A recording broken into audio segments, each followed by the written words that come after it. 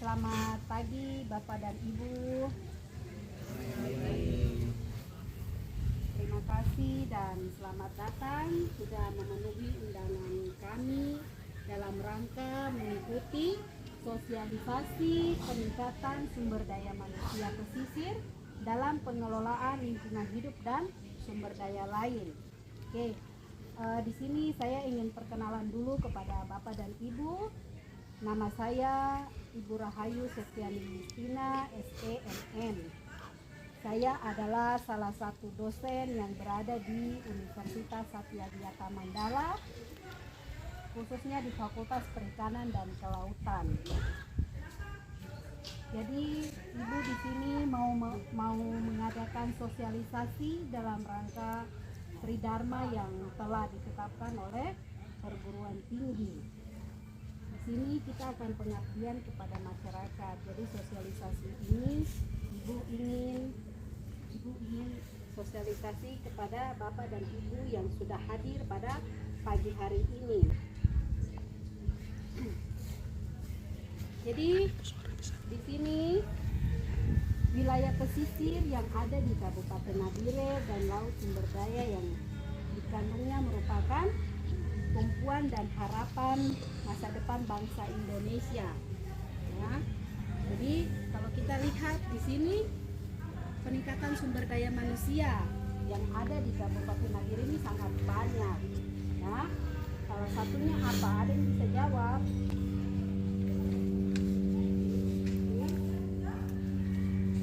Nah, di Kabupaten Nabire ini terlalu banyak sekali pesisir yang dapat menghasilkan potensi atau pengembangan dari sumber daya manusia.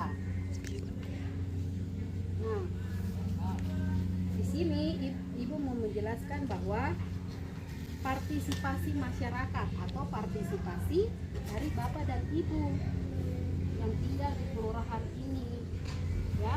Nah, pengembangan sumber daya manusia atau SDM pesisir dalam pengelolaan lingkungan.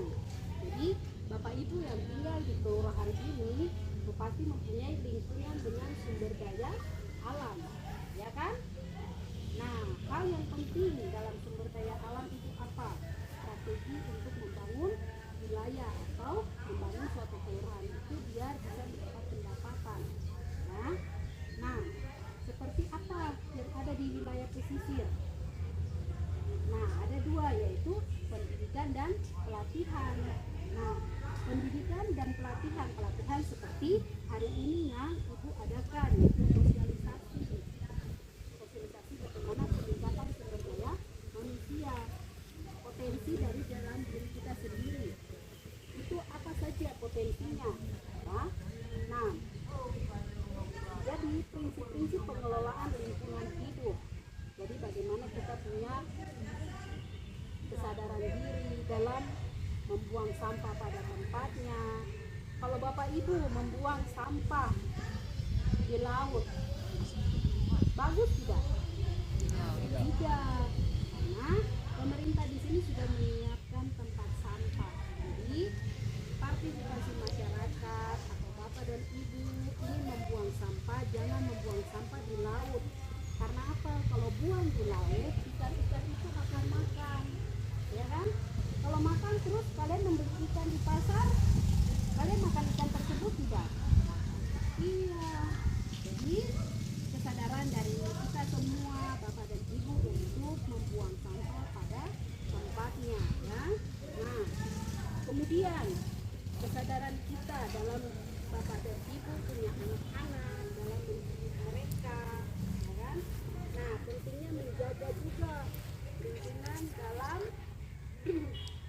sumber daya alam, menggunakan pendidikan yang ada, ya. Nah, kemudian keterlibatan masyarakat atau keterlibatan Bapak dan Ibu dalam membangun suatu wilayah atau tempat tinggal yang ada, ya kan? Di sini Bapak dan Ibu di wilayah pesisir ini kebanyakan mata pencahariannya nelayan, ya kan? Iya.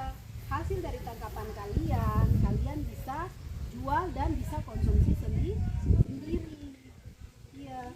Jadi kalian bisa menjual hasil tangkapan kalian di pasar untuk mendapatkan uang, ya kan?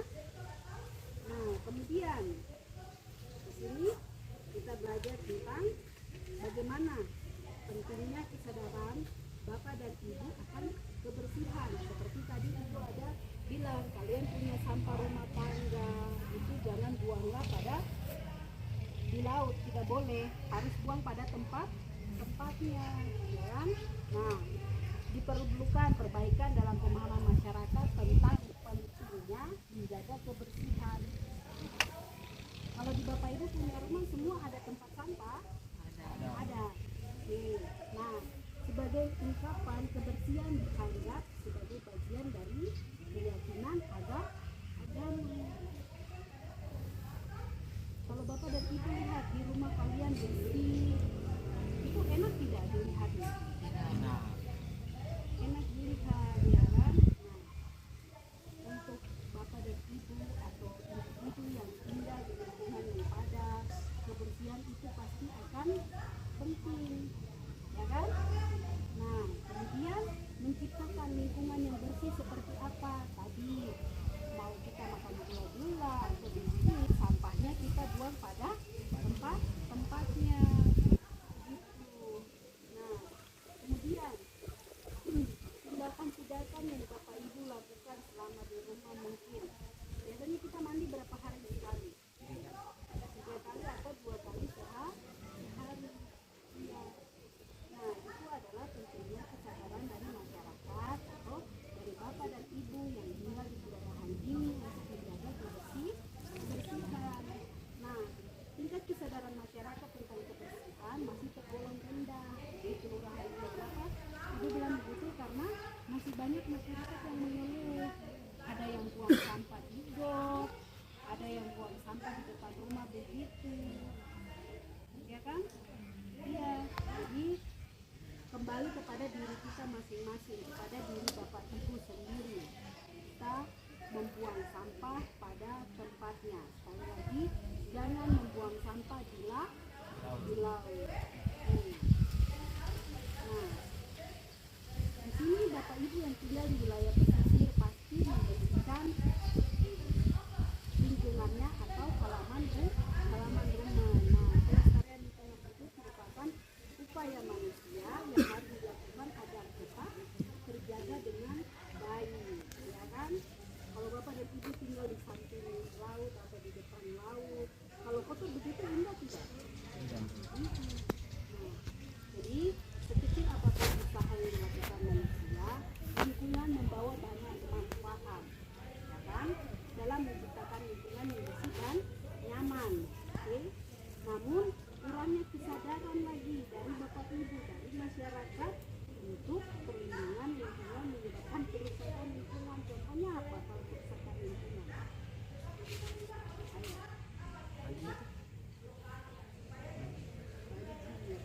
Banjir disebabkan karena masyarakat atau Bapak Ibu kita semua membuang sampah tidak pada tempatnya. Jadi peningkatan yang kita punya harus kita upgrade atau kita tingkatkan lagi. Oh, mungkin selama ini saya buang sampah di got, sekarang tidak boleh karena mengakibatkan banjir. Kerugiannya apa kalau kena banjir? Rumah kemasukan air, ya kan? Kasur kita itu kena air semua, ya kan?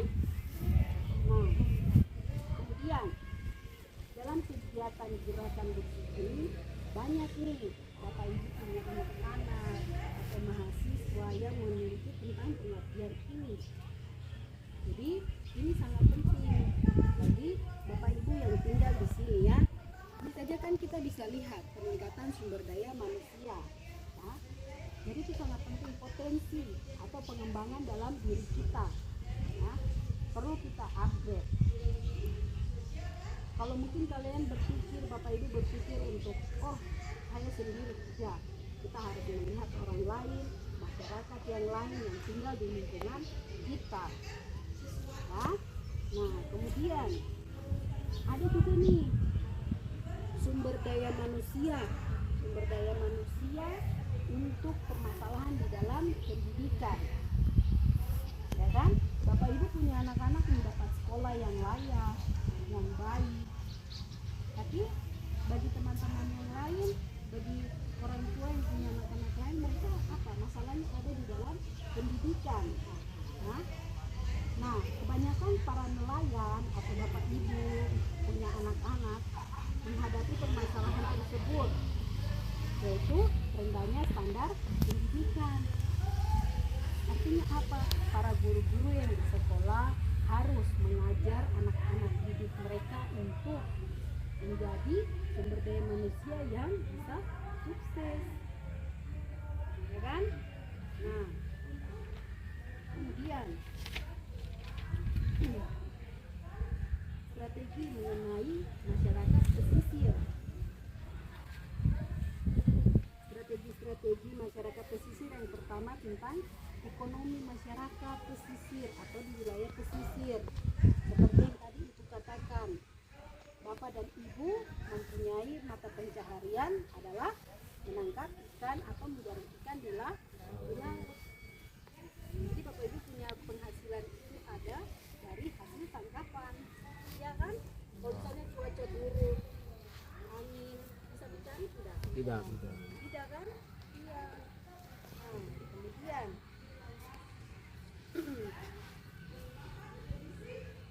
mata pencaharian yang biasa para nelayan cari selain ikan ada apa saja? Dan bisa cumi, bisa apa lagi? Dan sumber daya alam yang di laut apa saja? Kepiting, kerang, ya kan? Nah, itu kan semua hasil dari sumber daya alam yang bisa kita manfaatkan. Kita manfaatkan untuk bisa mendapat hasil. Begitu ya Bapak dan Ibu.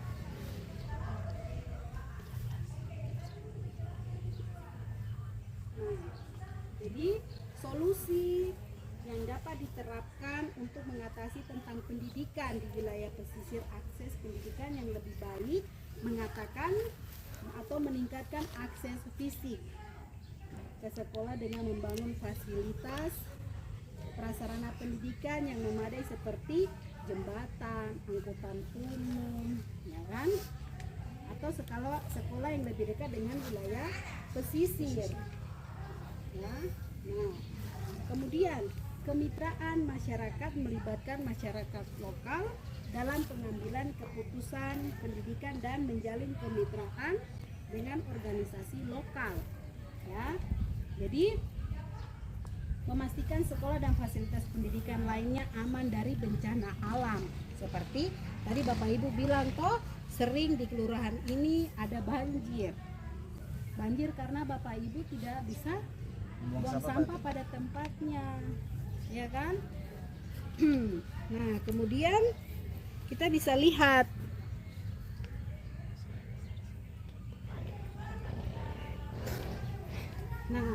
kemudian strategi mengenai pembangunan masyarakat pesisir yang pertama tentang ekonomi. Pesisir seringkali bergantung pada sumber daya laut seperti ikan, kerang, kepiting, dan lain-lain. Perkembangan perikanan dan pariwisata dapat menjadi faktor penting dalam pertumbuhan ekonomi di wilayah pesisir. Jadi selama ini kita di wilayah pesisir ini dianggap sebelah mata. Kenapa dianggap sebelah mata? Karena ya itu tadi kurangnya atau sumber daya manusianya kurang. Kalau sumber daya alam itu sangat banyak. Iya tidak Bapak dan Ibu? Iya, banyak sekali. Nah, kemudian di sini kita bisa lihat penting untuk mempertimbangkan upaya pelestarian alam. Ya, upaya untuk pelestarian alam yaitu apa saja? Melalui infrastruktur, pelestarian alam, lingkungan kehidupan yang ada di sekitar kita atau ada yang di lingkungan kita. Nah, oke, sampai di sini. Mungkin dari Bapak dan Ibu ada pertanyaan? ada Oke, baik dengan Ibu siapa? Agnes tadi. Oke, Ibu Agnes Adi. Terima kasih Ibu sudah bisa datang datang pada sosialisasi pagi hari ini. Silakan Ibu mau bertanya tentang apa? Saya ingin bertanya tentang potensi apa yang bisa diusahakan. Oke, baik sekali. Terima kasih Ibu Agnes untuk pertanyaannya. Sangat bagus ya Bapak dan Ibu. Berarti saya mengadakan sosialisasi di pagi hari ini sangat bermanfaat bagi Bapak dan Ibu di kelurahan ini. Oke, Ibu akan menjelaskan bagaimana potensi atau peningkatan sumber daya manusia. Ya. Nah, potensi yang ada di dalam diri kita yang kita harus upgrade. Nah, jadi potensi itu bagaimana kesadaran kita sendiri. Ya. Kesadaran kita sendiri itu seperti tadi Ibu bilang, oh kita membuang sampah jangan pada di laut, di sembarangan, di got, seperti itu. Bagaimana Ibu Agnes, cukup jelas? Iya, jelas. Baik, terima kasih Ibu Agnes sudah bisa bertanya dan bisa memahami ya. Oke.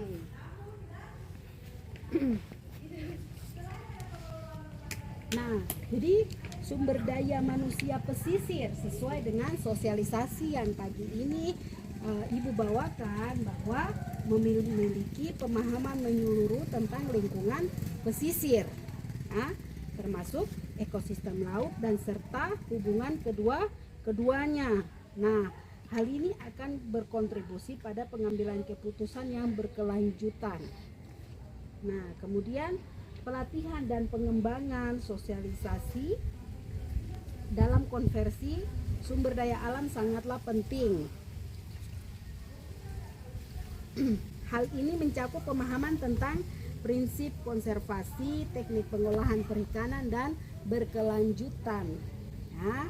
Nah, kita harus lihat juga tadi, selain kita tinggal di kelurahan ini, di wilayah pesisir ini, harus program-program pendidikan yang diadakan oleh pemerintah seperti beasiswa itu kita harus ambil, ya kan?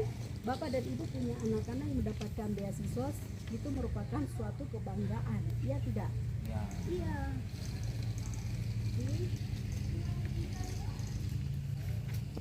Nah, kemudian untuk melibatkan masyarakat dalam seluruh tahapan yang ada di kelurahan ini atau di wilayah pesisir ini harus melalui tahapan seperti yang pernah Ibu ajar kepada Ibu punya mahasiswa-mahasiswa, yaitu tentang manajemen. Jadi ada manajemen dalam perencanaan atau planning. Jadi kayak Bapak Ibu mereka ingin pergi ke laut untuk mencari, pasti harus punya planning toh, melihat cuaca dulu, menyiapkan perahu, menyiapkan alat tangkap, ya. Nah, itu adalah salah satu dari manajemen perencanaan atau planning, ya kan? Nah, di sini monitoring evaluasi yang ada atau menerapkan sistem pemantauan yang kuat dan mengukur dampak strategi pengembangan sumber daya manusia.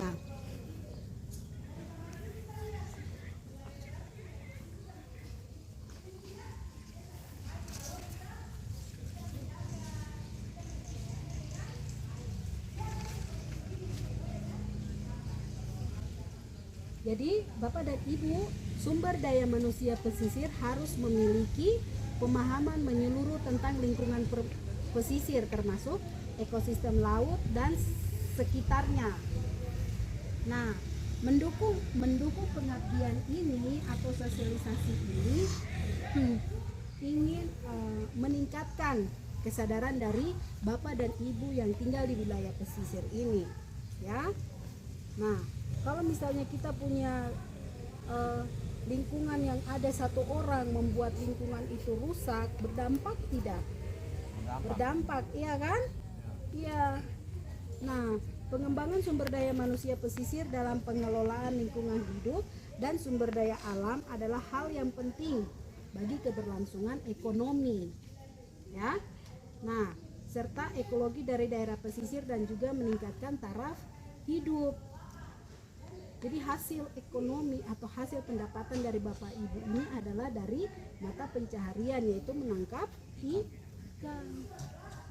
Begitu.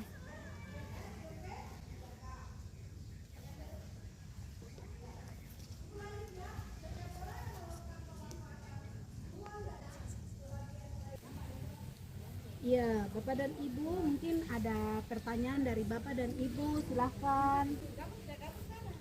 Oh iya, Bapak, dengan Bapak siapa nama? Anison Pigome. Iya, Bapak Anison ingin bertanya tentang apa?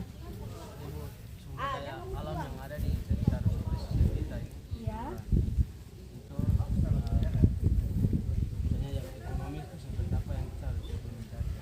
Oke, baik sekali pertanyaan dari Bapak Anison. Sumber daya alam yang ada ini untuk ditingkatkan.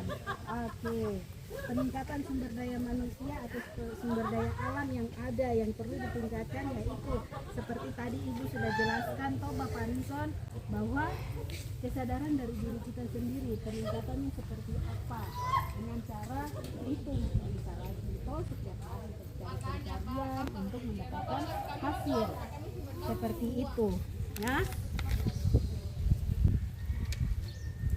Nah, jadi solusi atau peningkatan untuk sumber daya alam yang ada itu, yaitu mengatasi pencariannya seperti apa. Yang tadi Bu bilang tuh ada planning, jadi harus dilihat dulu, mungkin cuacanya buruk, berarti kan tidak bisa mencari, begitu Bapak Nison, ya kan?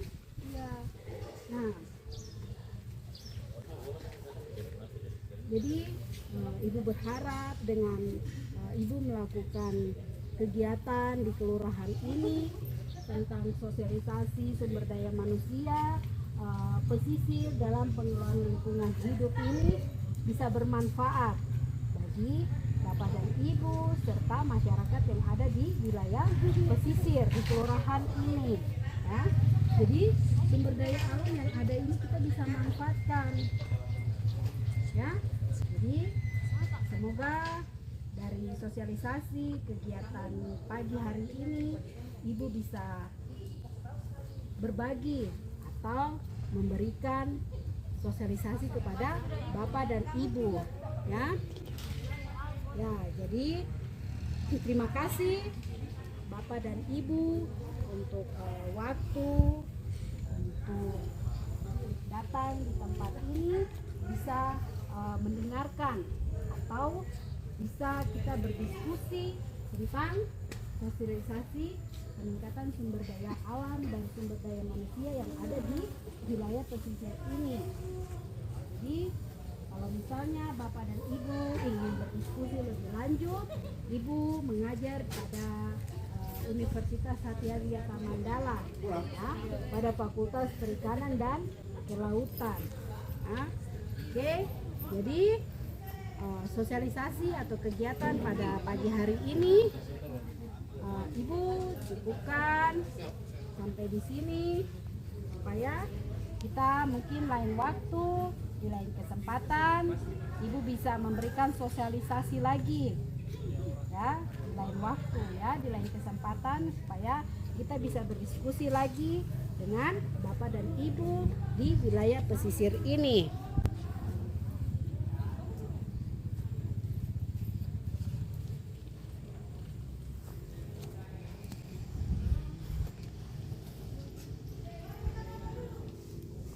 Terima kasih ya buat Bapak dan Ibu masyarakat yang ada di wilayah pesisir ini. Tetap sehat, tetap jaga kesehatan agar kita bisa bertemu di lain waktu lagi. Begitu Bapak dan Ibu, saya izin untuk pamit kembali pada aktivitas, dan Bapak dan Ibu juga untuk kembali pada aktivitas masing-masing. Terima kasih atas waktunya dan kesempatan yang diberikan kepada saya dalam melakukan atau mengadakan sosialisasi di tempat ini. Sekian dan terima kasih. Selamat siang. Foto sama-sama.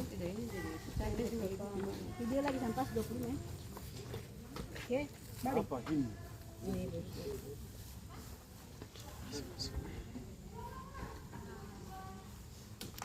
Oke, Bapak dan Ibu, saya izin untuk kita foto bersama ya.